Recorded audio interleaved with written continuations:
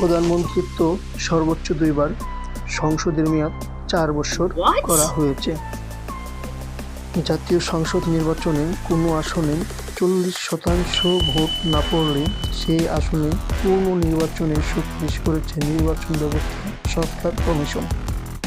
নতুন বাংলাদেশের নতুনভাবে নির্বাচন হবে। নির্বাচনের জন্য একটি চার্ট তৈরি করা হয়েছে। এই চার্ট অনুযায়ী সারা জীবন ভরেই এটার উপর ভিত্তি করে নির্বাচন হবে।